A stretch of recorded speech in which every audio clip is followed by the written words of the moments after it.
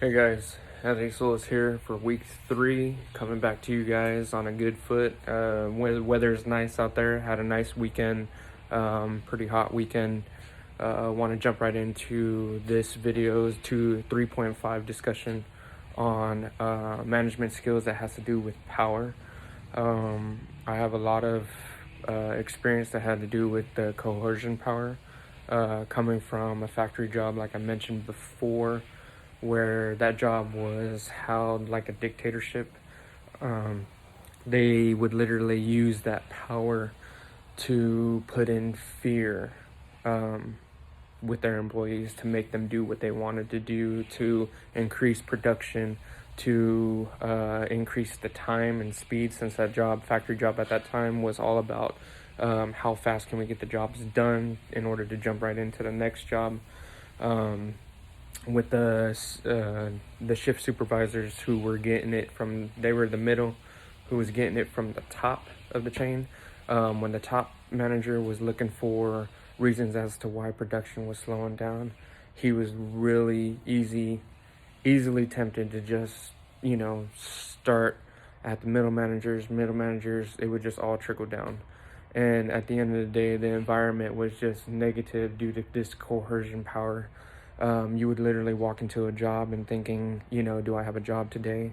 Coming in, every day when you began that 12-hour shift, they would tell you how production was going and what your goal was by the end of the day. And if you didn't meet that goal, there would be some consequences. And I do not like this power, which is why I was only there for a year and got out as soon as I can. The other one is the rewarding power. This one could be good and bad depending on how you look at things. Rewarding power is always nice to say, hey, it's small things of good job. I am a firm believer as a manager. I like to tell my employees a good job as to what they're doing, but not so much in a way where these employees would expect to hear it all the time or want to do it in order to get a reward from it.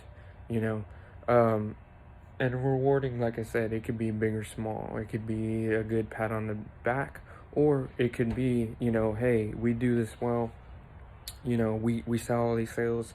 Worked for Barnes and Nobles for 5 years. During one of those, a few months out of those years, we were, in the state of California, from the northern part, all Barnes and Nobles, whoever was a top seller, store-wise, was going to get their whole break room remodeled, things like that. Well, I was happy to report that I was part of the team of about 30-something people for Barnes & Nobles here in Merced, California, to win that award, and got the break room remodeled and things like that. Now, that was really rewarding, really, but then coming on to the next year, I would say that, the sales weren't as high, but at the same time, I thought it had to do, since there was a reward last time, we worked a little bit harder.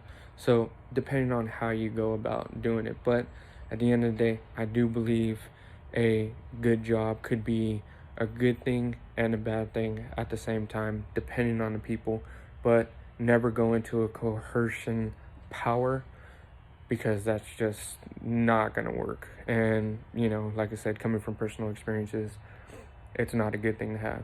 Anyways, Anthony, over and out. Week 3, come on. I'm halfway through. You guys take it easy. Thank you.